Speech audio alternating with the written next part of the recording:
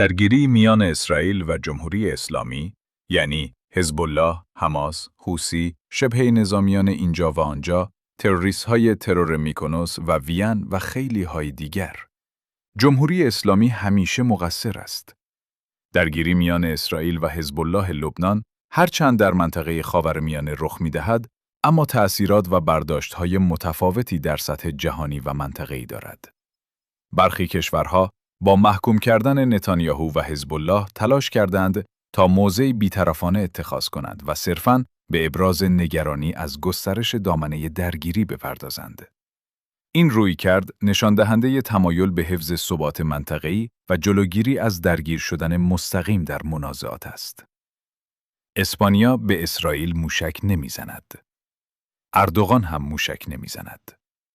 اسپانیا و ترکیه به عنوان کشورهایی که در منطقه حضور دارند اما خود را درگیر این جنگ خاص نمی‌دانند، به طور مستقیم در تبادلات نظامی دخالت نمی‌کنند. این کشورها معمولاً از طریق دیپلماسی و ابراز نگرانی‌های خود سعی در مدیریت بحران دارند. اما جمهوری اسلامی ایران با توجه به سیاست‌های منطقه‌ای خود و حمایت از گروه‌هایی چون حزب الله در موقعیتی متفاوت قرار دارد. برخی این رویکرد را به عنوان پدرخواندگی تروریست‌های اسلامی تلقی می‌کنند، در حالی که جمهوری اسلامی ایران این حمایت‌ها را در راستای مقاومت در برابر اسرائیل و دفاع از مظلومان منطقه می‌داند. این تفاوت دیدگاه ریشه در ایدئولوژی‌ها و منافع سیاسی متفاوت دارد. درگیری اسرائیل با حزب الله لبنان هیچ ربطی به مردم ایران ندارد. مردم خود ایران را در زندان‌ها هر روز به موقع بانگ اذان اعدام می‌کند، اما برای فرزندان حسن نصرالله جان و مال و زندگی مردم ایران را با موشک‌پرانی مورد تهدید قرار داده قربانی می‌کند. چهره کثیف مزدوران حکومت و محور مقاومتی‌هایی که بزهکارانه لباس ضد جنگ پوشیده بودند، اکنون بیش از پیش آشکار می‌شود. شروع کننده حملات موشک دیشب جمهوری اسلامی بود، نه به خاطر مردم ایران، بل به خاطر تروریسم اسلامی در لبنان.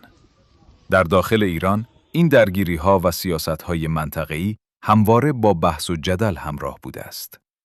بخشی از جامعه ایران هزینه‌های مالی و انسانی این سیاست‌ها را بر مردم ایران سنگین می‌دانند و معتقدند که اولویت باید صرف رفاه و معیشت مردم داخل کشور شود.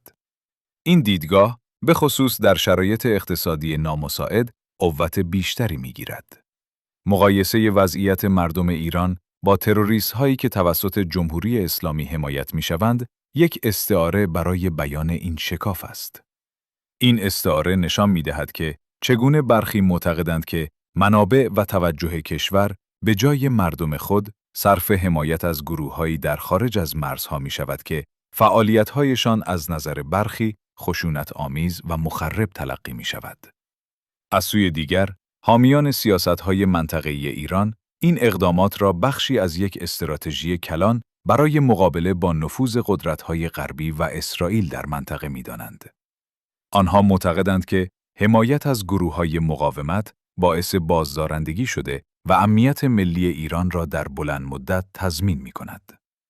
این تنش میان اولویت دادن به مسائل داخلی و درگیر شدن در مسائل منطقه‌ای یکی از چالش‌های همیشگی سیاست خارجی ایران بوده و در مورد درگیری اسرائیل و حزب الله نیز به وضوح دیده می‌شود. این موضوع نه تنها در ایران بلکه در بسیاری از کشورهای دیگر که با مسائل مشابهی روبرو هستند، مورد بحث و تحلیل قرار می‌گیرد. ترامپ هم ترامپ بازی را ادامه می‌دهد. دونالد ترامپ برای افسار زدن به جمهوری اسلامی بازی‌های خود را دارد. نفس این که تصور بشود صلح و توافق در خاورمیانه بدون حل مسئله کرد و فلسطین و آزادیخواهان دیگر حق تعیین سرنوشت خویش، بدون بازتعریف موقعیت اسرائیل و بدون تعیین تکلیف با جمهوری اسلامی و شعار نابودی اسرائیل قابل تحقق است، یعنی اینکه حرفهایش باد هواست. جامعه جهانی نیز با نگاه‌های متفاوتی به این موضوع می‌نگرد. برخی جمهوری اسلامی ایران را به عنوان عامل بی‌ثباتی در منطقه می‌شناسند و خواستار توقف حمایت آن از گروه‌های شبه نظامی هستند. در مقابل، ایران و متحدانش این اتهامات را رد کرده و اقدامات جمهوری اسلامی خود را در چارچوب دفاع مشروع و مقابله با اشغالگری تفسیر می‌کنند. مسئله تروریسم نیز در این میان یک مفهوم پیچیده و چند وجهی است. آنچه از سوی یک گروه یا کشور تروریسم تلقی می‌شود، ممکن است از دیدگاه گروه دیگر مبارزه برای آزادی و مقاومت باشد. این تفاوت تعریف باعث پیچیدگی بیشتر در درک و حل منازعات منطقه‌ای می‌شود. در نهایت، درگیری اسرائیل و حزب الله مانند بسیاری از منازعات دیگر در خاورمیانه، داستانی است با لایه‌های متعدد که از دیدگاه‌های مختلف قابل تفسیر است. نقش ایران در این میان بخشی از یک پازل بزرگتر است که شامل تاریخ، سیاست، ایدئولوژی و منافع منطقه‌ای می‌شود. و پرسش اساسی این است که اولویت واقعی کدام است؟ رفاه مردم خود یا حمایت از نیروهایی در خارج از مرزها؟ پاسخی که به این پرسش داده می‌شود، نه تنها سیاست‌های یک کشور، بلکه سرنوشت مردمانش را نیز تعیین می‌کند.